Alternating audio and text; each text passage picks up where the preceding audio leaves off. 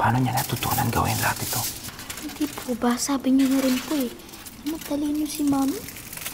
Si Alien. Pero, Daddy, parang ang weird din po talaga na matawagin siyang alien kahit naman talaga siya. Alien nga siya. Ano po ba gusto ng bagong name? Bagong name? Ako si 11. Ay, tama na po. Masyado pong mahaba yan eh. Pangalan niya Numbers. Opo. Kaya mahirap tandaan yun. Sabi ko po sa inyo eh. Parang di naman po siguro bagay kung Tita Gren? Gray. Grace? Grace! Grace. Yun. Yan, pwede. Tita Grace, pwede po bang yun na lang po tawag namin sa'yo? Okay lang. Tita Grace. Tita Grace. Grace. Grace. Meron ako itatanong sa'yo kung okay lang.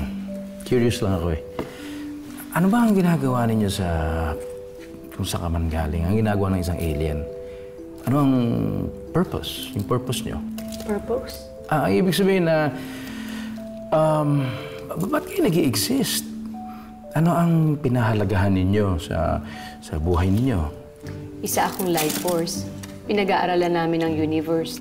Ang mundo nyo, kayong mga tao kasi kakaiba kayo. Eh di parang mga Buzanians po kayo, no? Buzanian? Buzanian. Nagagaling yun dun sa kanyang pinanood na Buzanian. Di ba? Pero bakit nyo po ba kami pinag-aaralan? Parang kayo. Bakit nyo pinag-aaralan ng universe, ang space? Pero kung anong halaga ko, hindi ko alam yun eh. Ikaw? Anong purpose mo? Hindi ko alam na ibabalik niya sa akin yung tanong. Actually, mahirap yan. Mahirap. Pinahalagahan ko si Doy na minamahal ko sa buhay. At ang purpose ko is para maging mabuting tao.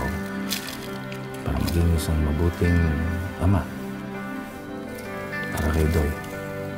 Kaya dapat, huwag nagkagalit, huwag nagsusungit. Piliing maging mabuti at mabait.